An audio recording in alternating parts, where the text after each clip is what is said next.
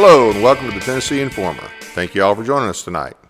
Over the years, our federal government has declared war not just on other countries, but on such things as drugs, poverty, and in recent years, during the Biden administration, the government, including senior leaders in the U.S. Army, declared war on the dead, specifically dead Confederates in Arlington Cemetery, and what's known as the Reconciliation Monument.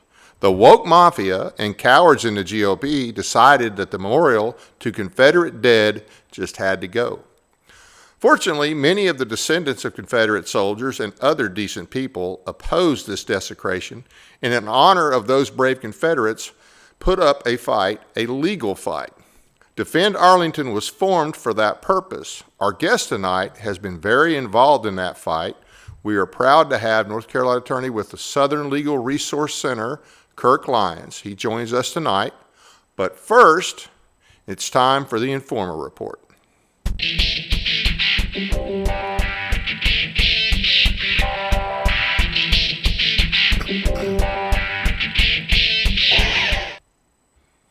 The big win for the TFA and GOA that I talked about Monday, that's the Tennessee Firearms Association and Gun Owners of America, involving the suit between the Lee administration, Scarametti, and this was the Hughes versus Lee case. It was our unconstitutional intent to go armed clause in our Tennessee Code annotated, and the law that made it illegal to carry a gun in a park. Now, the court struck it down at Chancery Court in Gibson County, and I think I mentioned that there was a twist later on in that day. Now, normally what happens after 30 days, if nobody appeals, and the state could appeal, then that becomes the new law. Well, Representative Chris Todd, and hey, look, I've always thought he's one of the better guys that we had in the legislature. He sponsored a lot of gun legislation for the TFA over the years. He got this, well, and I'm going to say bright idea, but it's not a bright idea, and he's entirely too intelligent for this to have been his idea. I think he was told, you will do this, and I think he caved. That's my opinion. And he said, well, you know what, he's encouraging the AG to appeal this. He said, because the argument is so strong, I think we'll win it, and right now, he somehow thinks that it only applied to Gibson County, which that's not the case, and that we'll win this, and then it'll just be better overall. Fortunately, we've had several people counter that argument. Representative Clay Doggett put out a video, Jody Barrett, and Brent Taylor from Memphis, and so we're hoping that the AG does not, in fact, file an appeal. And what we're asking is that if you haven't already, you call the AG's office and say, look, you guys have already spent enough of our tax dollars to take our rights over all these years. Why don't you just let us enjoy our rights and not appeal this? And so that's what we're encouraging everybody to do. Call the AG's office. His number is 615-741-3491. That's 615-741-3491. Also, go to the Tennessee Firearms Association website. Just go to TennesseeFirearms.com, and there's information on there about contacting other representatives and trying to make more of an issue of this. I'm really concerned that the AG is going to appeal. And the problem with that is just an appeal could drag out for another couple of years. And then I have no confidence that just because Chris Todd says that's such a strong case that it would turn out in our favor. I'm not confident of that. And we shouldn't be, this is like you win a close football game and you're going to give the other team the ball on the 1 yard line and give them 4 downs after you've already won. It's insane. So that is a serious concern. So make that call. Get on Tennessee Firearms Association's website. There's a resolution going around. I'm not sure if that's posted on the site yet, but if you know Richard Archie, and if you're involved with TFA at all, you know Richard Archie, get in touch with him to get that resolution, have your county GOP sign it, have your county commission sign it. Last Monday, we also talked about Defend the Guard. I covered Representative Rick Eldridge's attempts to meet with the Tennessee National Guard leaders that oppose Defend the Guard to nail down talking points. And we talked about that. Now, I want to say something. We had somebody contact us, and I'm not going to mention their name, but I really appreciate them. We had this as an exclusive story. To include, we have the email on our website, and of course it's out there in other places now, but we do appreciate that heads up, and we're glad to help in these kind of fights. I called around today to see what the status was, and what I know is we still need to put pressure on the chair of the committee, Representative Iris Rutter, 615-741-8695, and ask her to schedule a real summer study. And also, you can call the Speaker's office, 615-741-2343. And call your rep, call your senator, let them know, hey, look, we want something done. We want a summer study, a true summer study. We're going to have, on Monday, we're going to have Nate Dressel on. He is in the Tennessee National Guard. He does, as a civilian, he does support this legislation. He's well versed on it. And when we get him on the show, he's going to talk more about Title 10, Title 32, and what the Defend the Guard bill really does, which is pretty simple. It just says, follow the Constitution. If a war's not declared, we don't send our National Guard. That's all it is. Trump's flag burning ban. So let me say a couple of things. Trump has said that it's going to be he's going to initiate a flag burning ban, and I think a year in jail was mentioned. Now, a couple of things here. Now, it was brought up that that's going to put him at odds with a Supreme Court decision from 1989, Texas v. Johnson, if I remember right.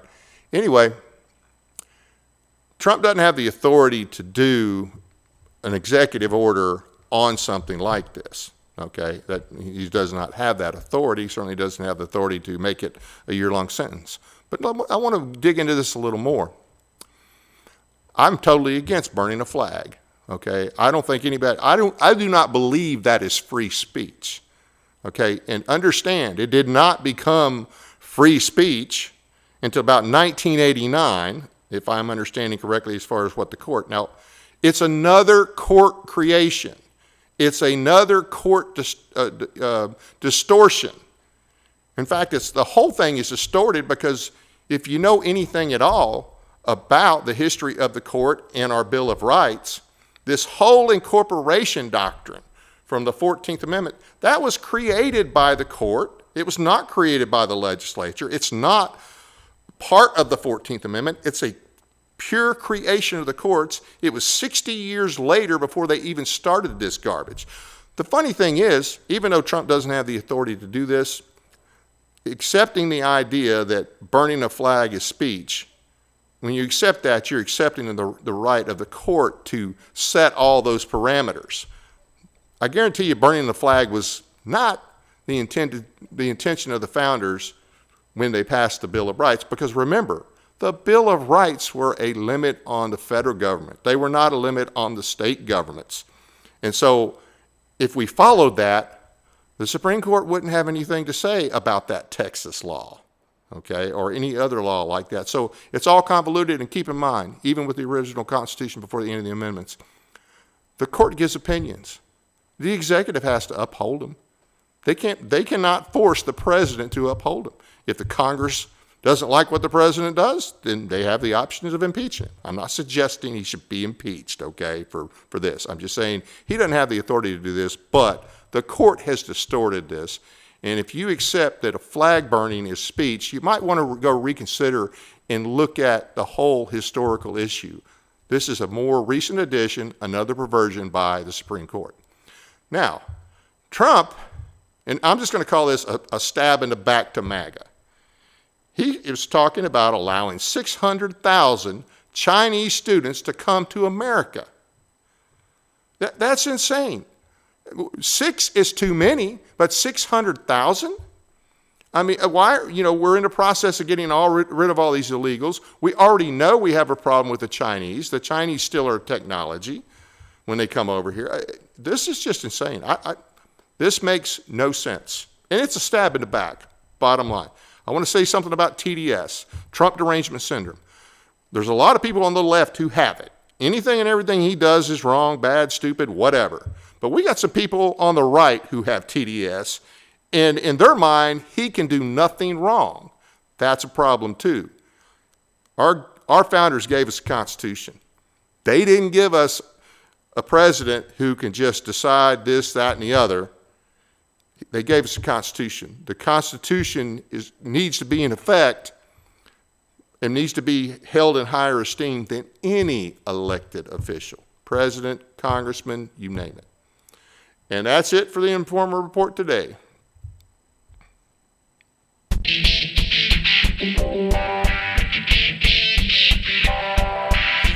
Now a little bit about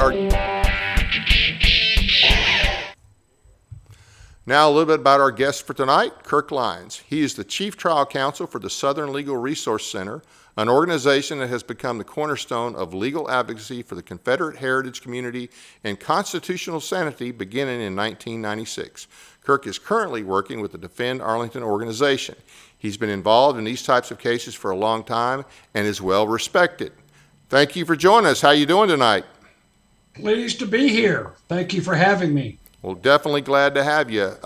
So 96, but I take it you were involved in these type fights before 96? I had done some more national issued advocacy, and I started, I guess the one that's most famous would be the Branch Davidian standoff. I was the first attorney there to advocate for sanity. And after the place burned down, we filed civil suits against Janet Reno and Clinton and all of the usual gang. And those cases dragged on till 2000. I was the last third-party negotiator of the Montana Freeman standoff, and I ended that peacefully. This is the longest federal law enforcement siege in American history. Wow. And it was right about that time that I started specializing in Confederate cases. And at the time, the big issue was school banning of Confederate symbols. And we represented nonviolent, peaceful, wonderful kids that the only fault they had was that they thought they had the First Amendment right to wear the symbol of their ancestors to school. And all of these kids that we represented over the years, they were marvelous kids. They had the right idea.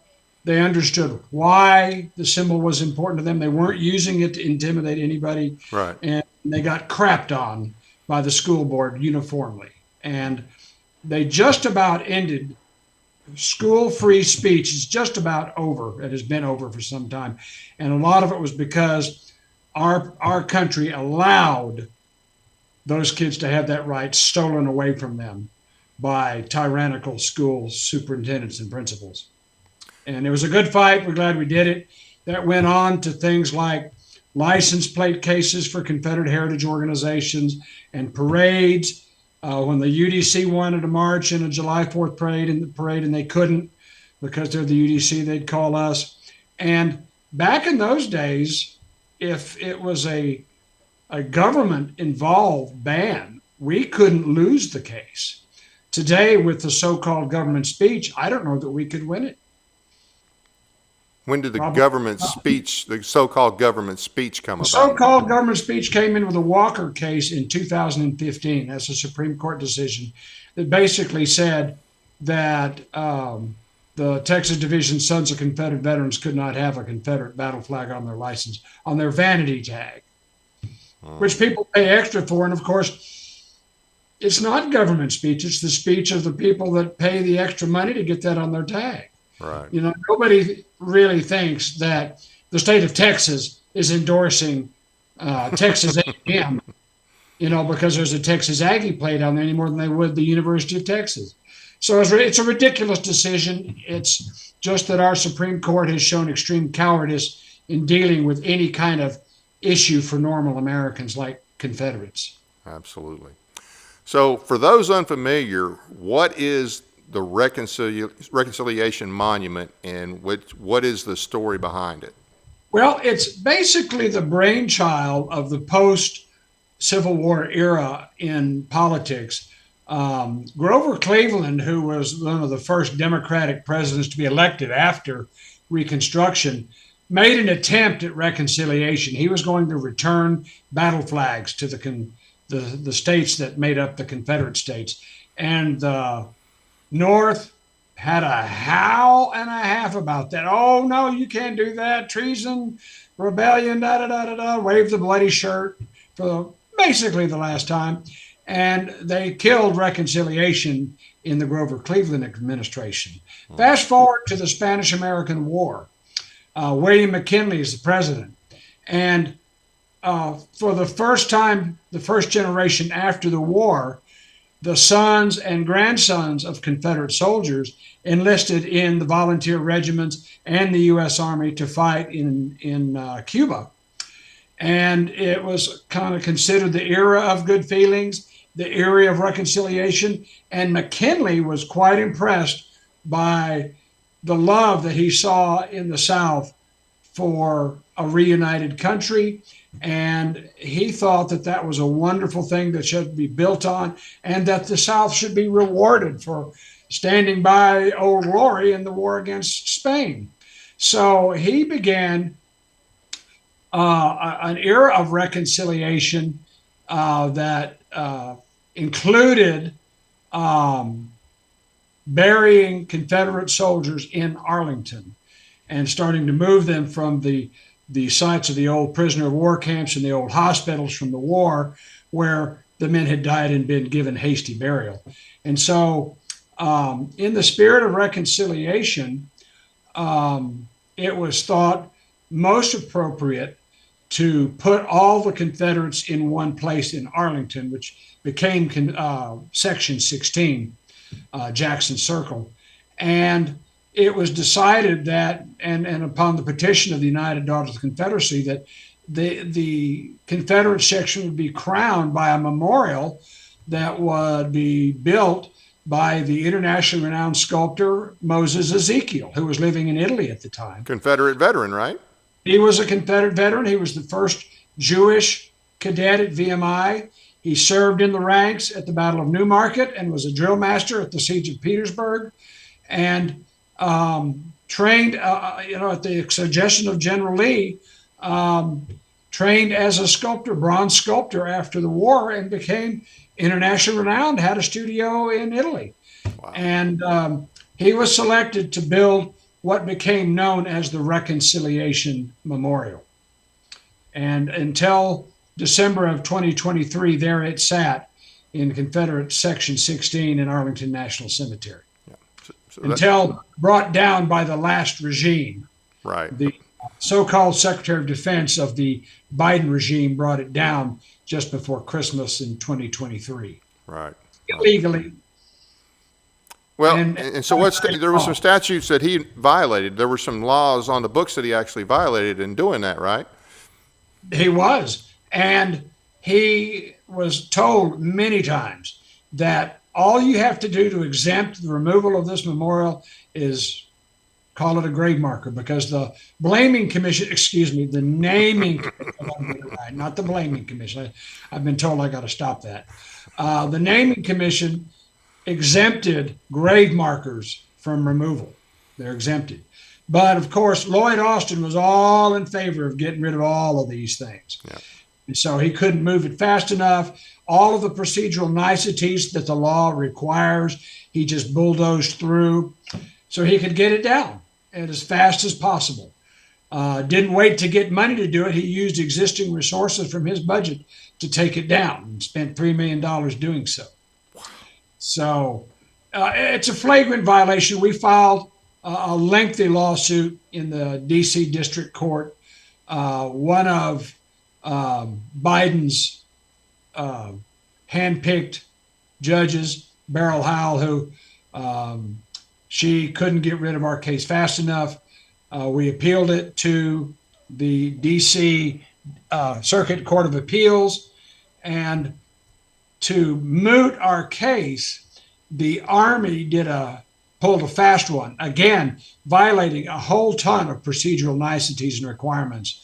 They gifted the memorial the pieces that had after been taken down in December of 2023 to the Commonwealth of Virginia, and in a sweetheart deal that again they were required by two separate federal statutes to notify the consulting parties, which was concluded Defend Arlington, the Sons of Confederate Veterans, the United Daughters of the Confederacy, the stakeholders, the family members, descendants of Moses Ezekiel, and anybody buried there in Confederate 16. They were required to notify and work with us to receive come to a joint resolution of what we're going to do with the memorial now that it's down.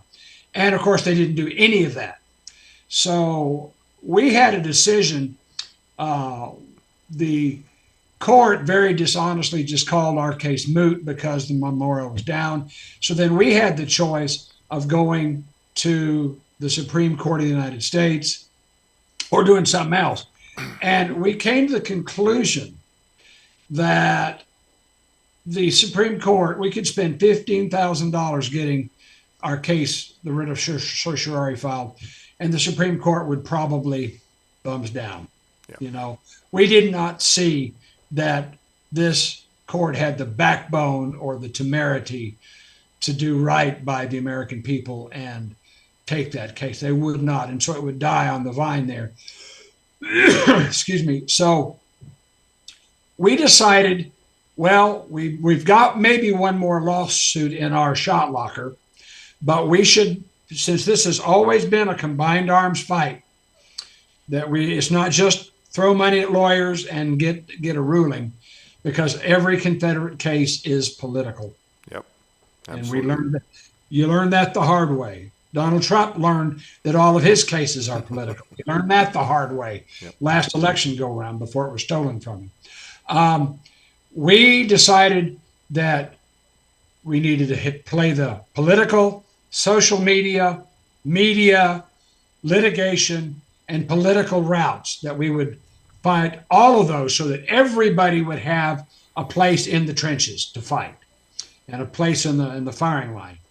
And so we played all of those cards, holding the last lawsuit back in case to file only if it was absolutely necessary. And so then we started putting pressure on Trump to issue an executive order to put it back, started encouraging Hegseth to denote it as a grave marker and exempt it and put it back. And then we started putting pressure on Youngkin. We had all our Virginia friends contact Governor Youngkin and say, look, you know, you did the right thing to take the monument when there was a chance that it might have ended up being smelted by the Biden regime. But it looks like it would be in good hands if it went back. So could you please give it back to the Army, and it can go back up in Arlington National Cemetery?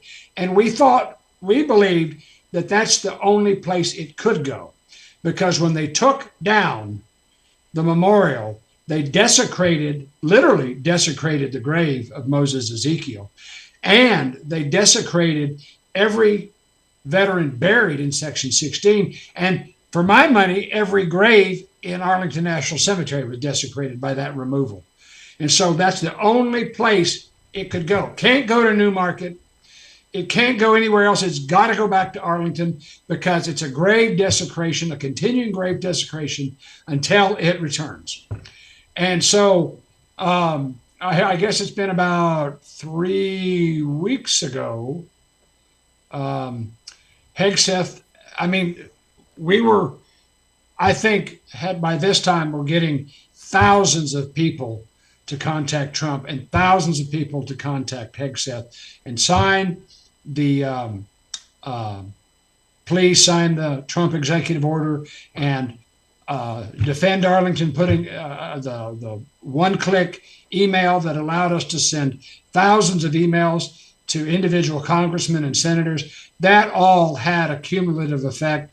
The SCV got involved, the UDC got involved to help, and we turned the trick, and Hegseth announced that it would be going back to Arlington. Great. Now, I want to say, now, wasn't there a group of maybe some organization of a union organization that The also, daughters, yes, that was part of it, of the fight. The Daughters of Union Veterans passed a resolution at their national convention unanimously asking for the memorial to go back into Arlington National Cemetery. We also got a letter from the great nephew of William McKinley, who is chief of staff of the Descendants of Presidents organization, and also a great grandson of Grover Cleveland, who wrote a letter to Trump. And he got it through to Trump because he knew Trump's chief of staff personally. So we had people pulling levers and pushing buttons, sending letters and contacting, playing the political card, and it worked. And it worked. And we still have one lawsuit left if we have to file it. But our hope is that, legal fighting is very expensive. You got to pay your dues, and our movement did pay its dues. We raised an incredible amount of money, more than has ever been raised in a heritage fight that I know of. I don't think anybody's ever raised more money than Defend Arlington did in fighting this fight. wow. For a while, you had an SCV lawsuit as well, and that was had to be funded. So it was an expensive fight. But law fighting and political fighting is expensive. And if you want to be counted, you got to pay your dues. Absolutely. And you've got to never give up. And you've got to have unending patience for your friends, and you've got to be unremittingly hostile to your enemies. I like that idea, especially the last one. Now, but this is not going up right away. It's going to be 2 years, here's right? what it is. It's a loan. Now, it's kind of weird. It's a loan for 50 years. And the Center for Military History will be receiving it from the Commonwealth of Virginia. And so 50 years from now, what are they going to do? They're going to give it back to Virginia? We hope not. And our work will be to make sure that doesn't happen, that if it goes back to Arlington to stay. They need, Hegseth, the Secretary of Defense, needs to declare that it is a grave marker and was exempt from removal in the first place. Okay, so he still hasn't done that. He still has not done that. He needs to. Any indication that he might? Well, all we can do until we get a hotline, and we may be able to develop one because we represent members of the Ezekiel family that are very pro Reconciliation Memorial. Hegseth acknowledged that it was one of the requests of the family that moved him to restore it to Arlington. So we've got an in there. We will have to continue to work with that. And what we want to do is push. Look, you got to play that card. It's a grave marker. Right. It's a grave marker for Ezekiel. It's a grave marker for Brigadier General Marcus G. Wright, who's also buried very close to the memorial. It's a grave marker for all 480 graves in Confederate Section 16. Right. And grave marker is the magic word. That's the word of art that exempts it according to the Naming Commission. Okay. So right now, people should use that when they talk to their Congress critter. They should refer to it as a memorial/grave marker. Okay. Now, right now, it's scheduled to go back up in 2027.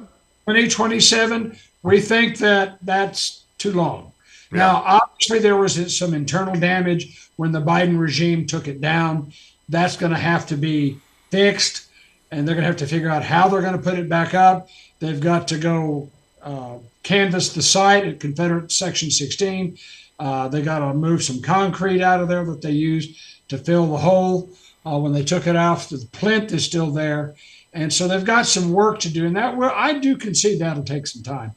But I think it needs to be done as quickly as possible. One thing, the forces of darkness, the monsters that took it down, are not done. And they will do what they can to keep it down and keep it out of Arlington. Right. And who are some of those monsters? I don't use that word monster lightly. They are monsters. If they're after our monuments, they are monsters, and they should be treated like monsters. Can you name names?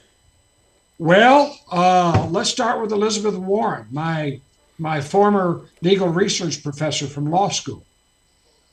She is the one, and see, the other thing is, it's a lot of these woke Congress critters and senators that refer to my ancestors as traitors and insurrectionists.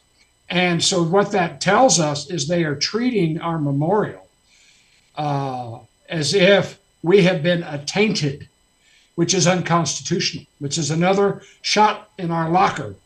If they want us to play that card, we want to call what they're trying to do a unconstitutional bill of attainder, which means you can't make a corruption of blood by tainting us as the descendants of traitors, and thus we are traitors. Right.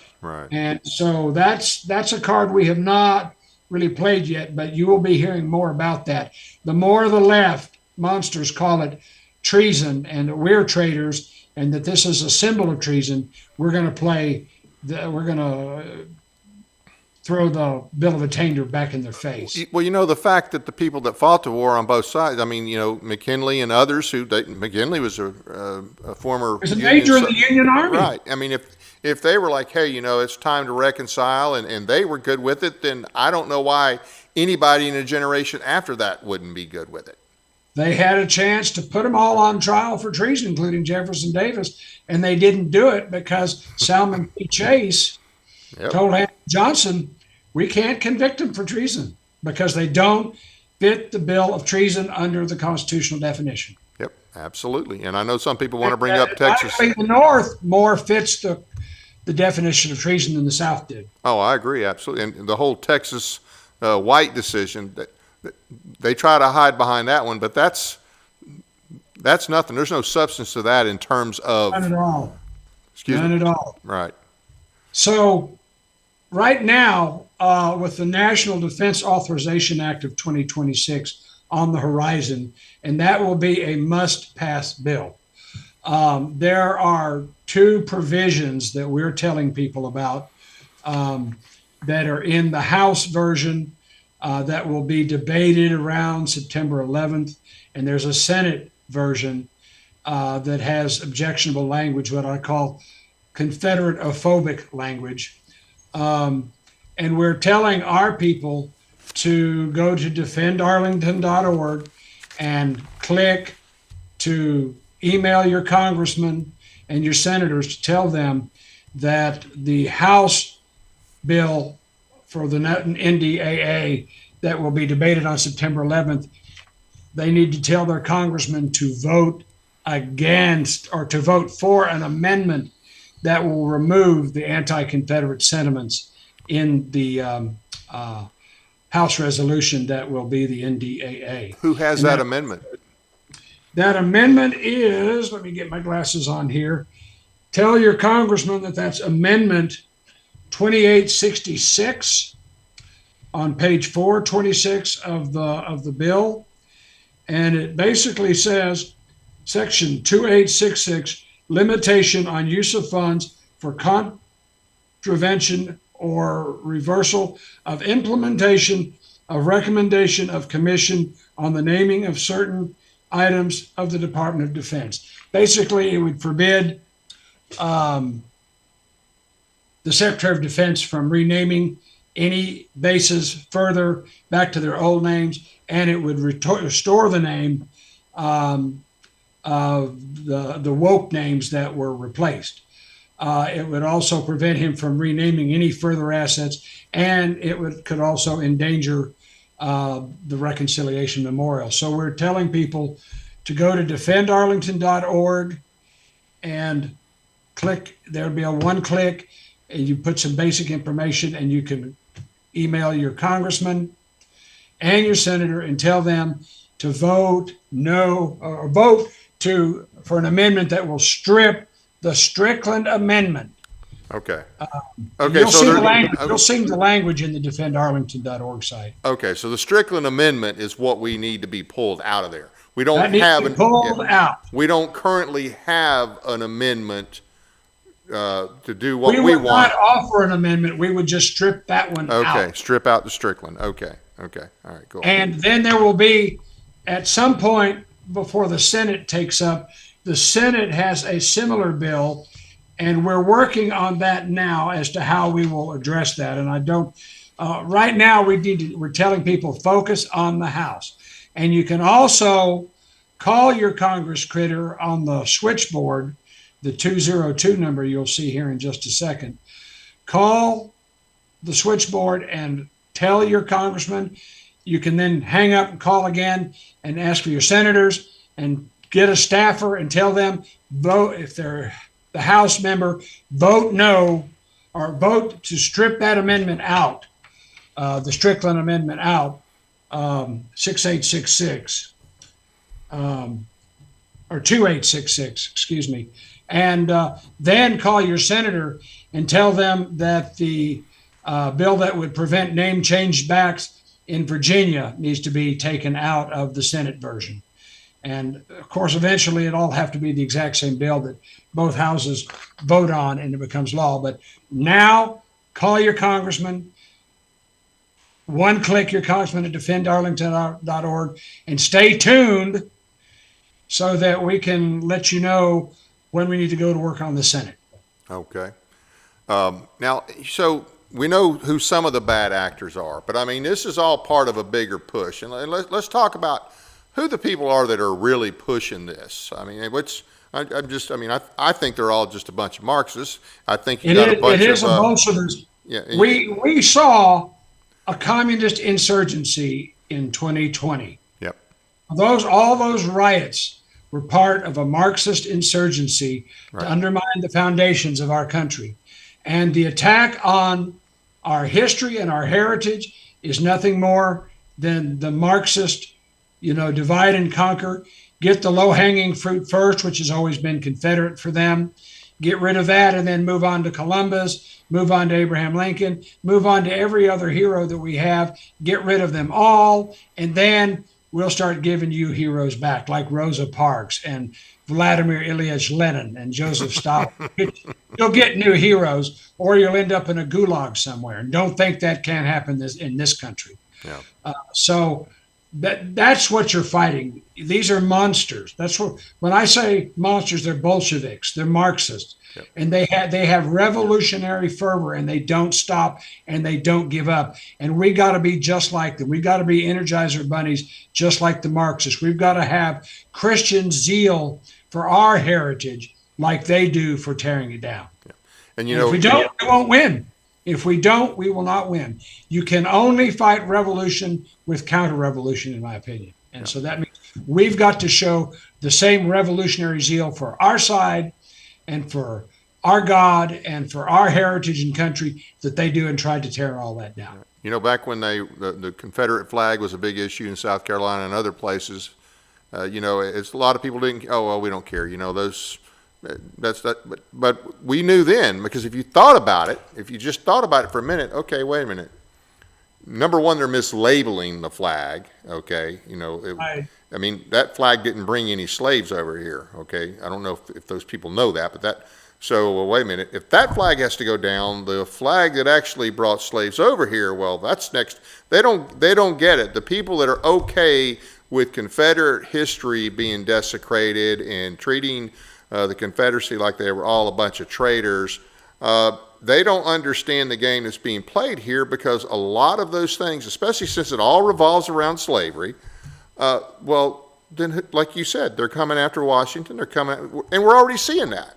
And they'll tell you right now, you ask any Marxist, any Antifa, BLM, whatever, or some ever woke student campus type with purple hair, you ask them what the United States flag, the Old Glory, signifies, and they'll say white supremacy. They won't miss a beat. They consider the U.S. flag a white supremacist flag. It's maybe not as bad, but maybe is as bad or more than the Confederate battle flag. And they've pretty much done a number on that. Their Marxist propagandists did a really thorough job on the battle flag. There's still resistance to it being accepted as a bad flag, but the mainstream has turned their back on us. Yeah. And we have to change that. We have to change that. Well, and the GOP, a lot of them, they're cowards about this. And I'm not just talking about the ones from up north that you maybe, I'm talking about even in the South. You know, the GOP, it's supposed to be the grand old party, but we got like some grand old pansies, and that's the cleaned up version. And we got grand old progressives. Right. They've been no help with this. Well, that's why it was so important to have Mr. McKinley's letter to President Trump and a unanimous resolution by the Daughters of Union Veterans that this is an attack on all of us. This is an attack on all of us. And we're going to be targeting these bigoted GOP types that would be inclined to vote against a floor amendment to get rid of the Strickland Amendment. We're going to target them, and we're going to tell them, you can't do this if you want the U.S. flag and all the symbols that you think are important to remain untouched. Yep. Because the Marxists are coming for you too, and if they come through the Reconciliation Memorial, they'll be right there after your stuff. Yep. You can count on it. Look at the history of the last 10 years. Yep. And they need to be told that, and they need to be told that, we're not willing to accept your bigotry on that. We are not willing to accept that. You're going to have to pull your head out, as my dad used to say. He was an old Air Force officer. Yep. You have to pull your head out, and you need to start working with normal America on stopping this woke cancel culture, getting rid of memorials and statues and symbols, which is nothing more than the Marxist playbook. Yeah. And so you see a lot of similarities with this, with Arlington and other heritage preservation fights. I do. Yeah. I do. And we need to make common cause. One of the things that we did early on in the Arlington fight was make common cause with all the Italian Americans that were fighting to keep Columbus up. Yeah. And, again, why all the Columbus statues? Well, it's really easy. He is the most well-known Italian in American history. And who wouldn't want, you're an 1880s Italian immigrant. You don't speak English. You live on the Lower East Side of New York City and in the Bronx. And, this is your ticket. When you honor Italian Christopher Columbus, you're honoring the contributions of all Italian Americans. And that's the way the Italian community saw it. It wasn't because he was some monster to the American Indians that he found here. It was because he was an Italian that everybody knew and would relate to and would think well of the Italian community for having such a nice boy. So anyway, they got it. The Italian groups we worked with, they got it. And so we've been able to forge some alliances, that probably wouldn't have been possible 20 years ago. And we'll continue to do that because this is a fight for normal America. Yeah. And, this goes back to the historical ignorance of our country and the propaganda that we've been fed all my life and probably a good chunk of your life. The war was a huge issue, but we're still dealing with not just the attacks now on the monuments. We're dealing with, the fact that the winners get to write the history. Absolutely. And people do not realize that secession was something that was not seen as treason by many people, North or South. It was seen as at West Point. Yeah, that's right. And it was seen as, hey, wait a minute, just 80 years ago, the founding fathers, our fathers at that time, and our grandfathers at that time, they seceded. They seceded from England, right? Okay. Empire. Right. Yeah. And then later they seceded from the Articles of Confederation and made the Constitution. That's right. Well, and P.G.T. Beauregard said it best. He said it was to repel an invasion, and further than that, we need not go. Those poor old white Southern boys from Georgia and South Carolina and other places, their home was invaded, and even a slave society has the right to defend its homeland from a military invasion. Absolute right. Yeah. Well, and so these people just need to get stuffed about it's about slavery.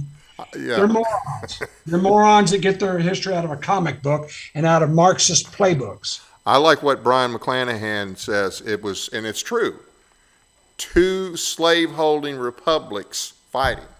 because you still had slaves in Kentucky. Matter of fact, I think the last slave auction in Kentucky was like December of 1865.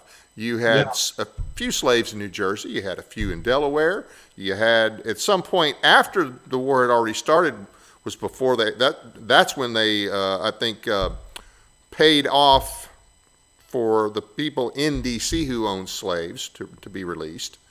And then there's some other, well, Missouri, it was still a slave state. Yeah.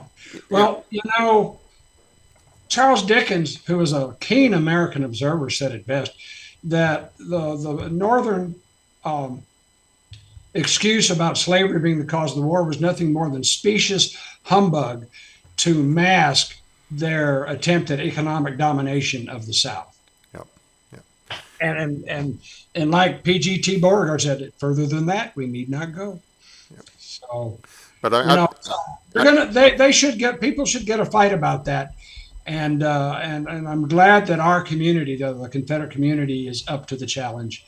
And we've actually been re-energized by the Arlington fight. It gives us something to fight for because, you see, it's got a 50-year loan period. Right. And I don't know about you, but I'll probably be pushing up daisies. I'll be gone well before then. Long before 50 years goes by.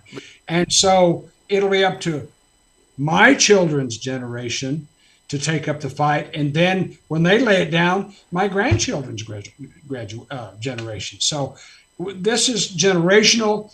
It's a long-term fight. We need to build a human wall and a legal wall and a political wall around Section 16 and fight for it, and fight for it. And it's going to be a long fight. It's going to be a never-ending fight. Yeah. Because I don't think the Marxists are going to go away anytime soon. We're going to be fighting them, and that's fine. They're an adversary that I can get people excited about fighting.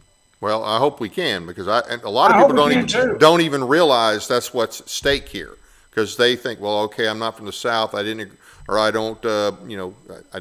agree with the Confederacy, or I don't support slavery, whatever garbage they come up with, and so they think, well, it doesn't affect me, I don't care. But they don't understand, like you said, their goal is to take over, and they will destroy all of our heroes, all of our foundation, and put a new one. And they're already in the process in a lot of ways. That's the foundation that Obama was talking about, building a new foundation. But I don't see how we can separate, and I'm not saying that we have to go to war again. I'm not saying that at all. But I'm saying I think people will accept. I think this is linked to our fight to make people understand the real reasons behind the war, and that the South had I think at a minimum, we have to get people to understand that the people at that time, many North and South, believed secession was legal, believed they had almost a duty to do that when they were oppressed. I think, and they considered it a United States, plural. Right. It wasn't a unified country. It was not a centralized dictatorship. It wasn't an empire. It was a collection of sovereign states in a compact that created a federal government to administer the rights and duties of that compact. Yeah. And the war changed all that. Yeah. The war changed it. Made it a war for empire and economic domination. And it led to the imperial presidency that we have now. Absolutely. I mean, a lot of people want to slam Trump, but he didn't create this. You could say Lincoln created it, and it got worse, but it really got worse after. I mean, I don't think that we necessarily had to be where we're at today without what happened in 1913 and 1914, the income tax, and then Federal Reserve. Federal Reserve and all that. I think but you know what? Those things, we were already centralized when those things happened. Not like we are now. I mean, FDR made it even worse.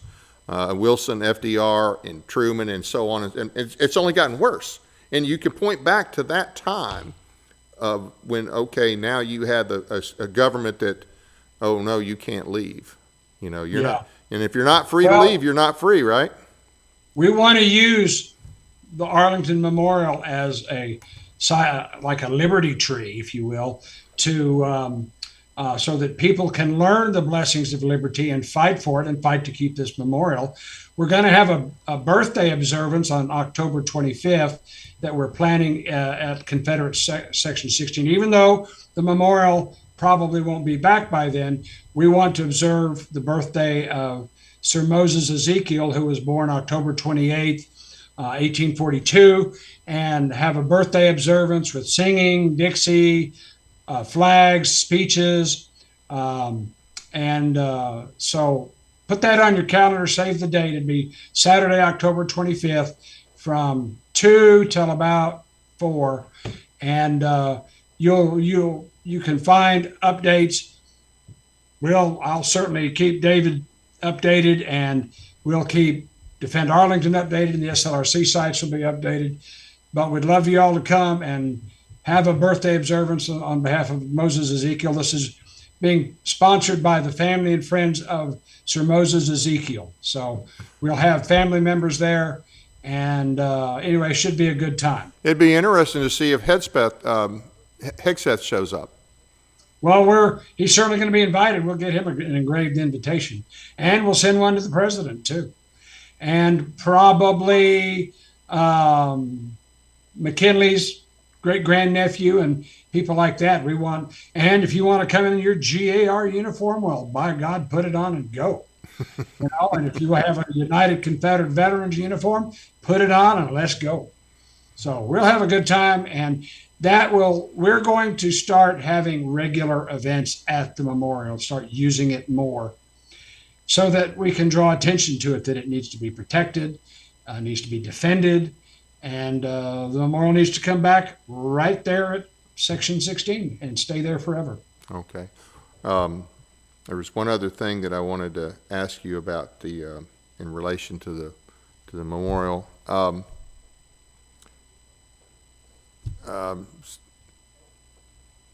So the critics of the memorial, and we talked about them a little bit,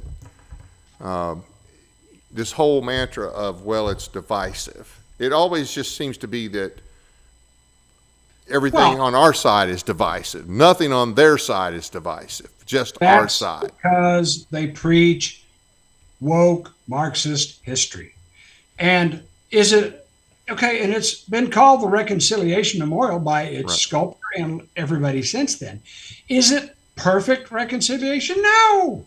No. But why don't they get credit for it? They were reaching out after the bloodiest war on the North American continent that killed almost 1 million people. 1 million people died in that war, civilians and military alike.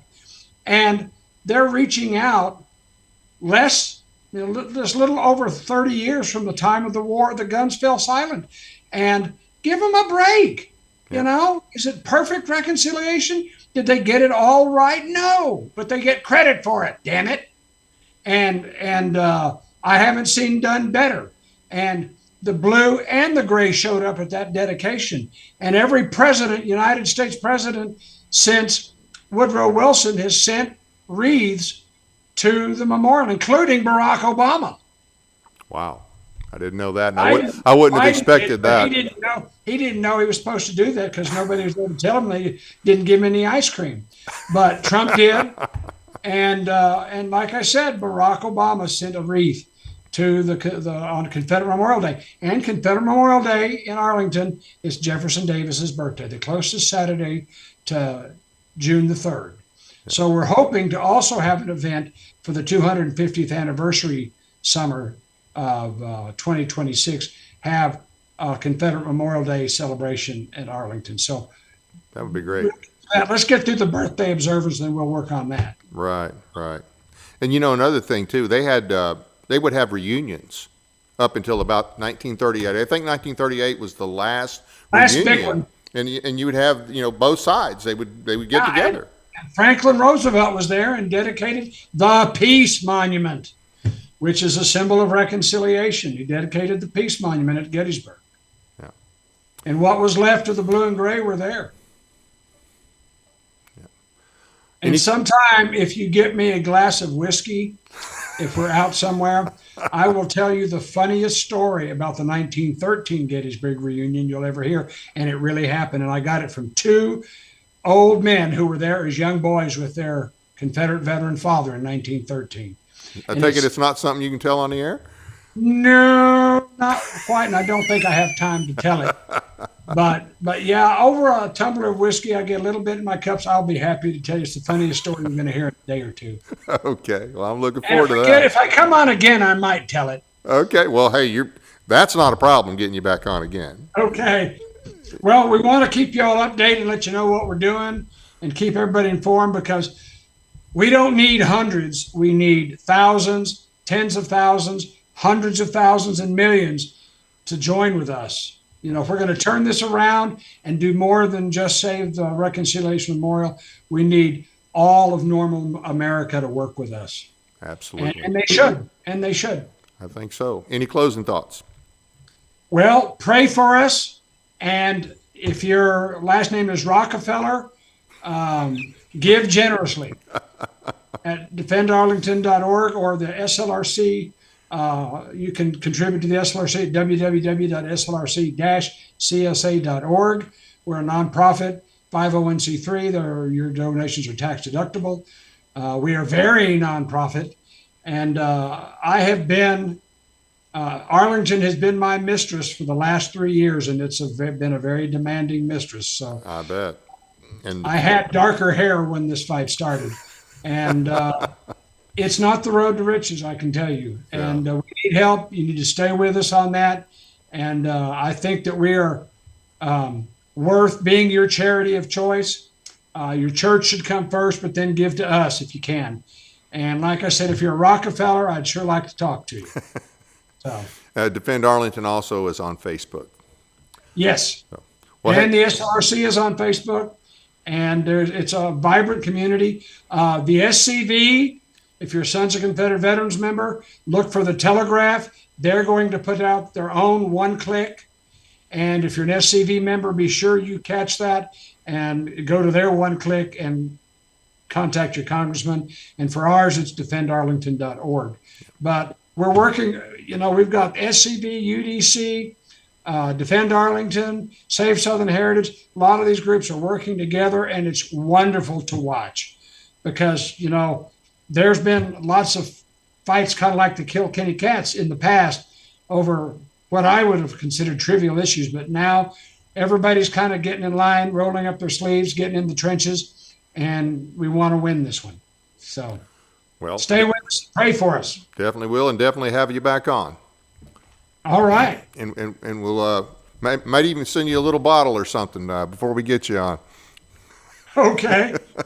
Well, hey, thank you for being with us, and I Enjoyed it very much. Thank you for having me. absolutely. And I'm going to, I told you I've got some family close to that area where you live. I'll let you know when I'm coming, and I'm good for the nickel tour. we can meet somewhere. So anyway, all right. I'm good for the nickel tour. And there is a ton of craft brewery. There's about 30 craft breweries within 10 miles of downtown Black Mountain, and it's good. If you appreciate Good beer. real beer, you'll be in Mecca. It really is. I'm not a beer drinker anymore.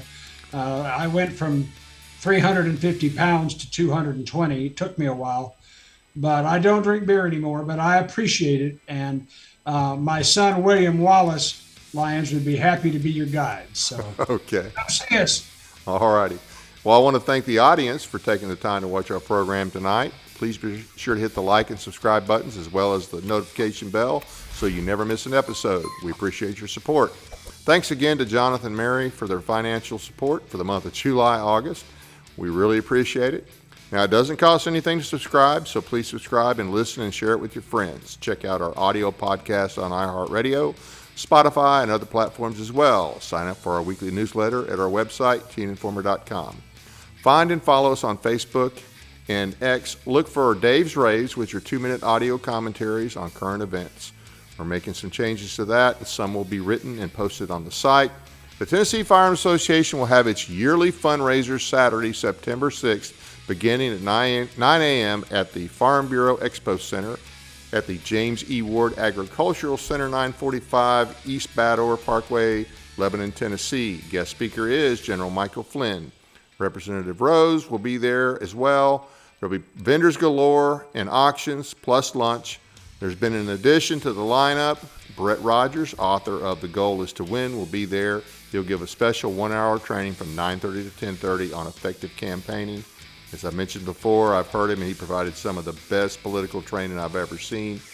Take advantage of this. It's a great event. Hope to see you there. Tickets are $100. Tables of 6 are $750, placed much closer to the stage. Don't wait till the day of. There's no guarantee you can get tickets. Go to tfalac.org for the event and get your tickets now.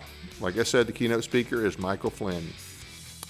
The Trump-Reagan dinner at Stewart County is Thursday, 9/11. That's Monday, September, hold on, wait a minute. Okay, apologize. 9/11, 6 o'clock at the Stewart County Visitor Center. Tickets are $25 or a table of 6 for $120. We are going to have some auctions. We are going to have some silent auction stuff and possibly some door prizes. We're doing a forum, and we will have at least 6 of the candidates for the 7th District election. And so hope to see you there. Hope you come out. Get your tickets now. Nate Dressel, a combat veteran and supporter, a civilian supporter of Defend the Guard legislation, will join us to tell us why this legislation is needed and how the senior leaders of the Tennessee National Guard and elected representatives in a General Assembly are working to defeat the legislation and the disgraceful reasons why. That show is this Monday, Labor Day, 4 o'clock. Then at 7, we'll have Stuart Parks of J6 fame and also a candidate in the 7th District special election to join us. We'll talk with him about his experiences in prison and why he is running. Hope you'll join us. That's it for now. Good night from Paris, Tennessee, that is.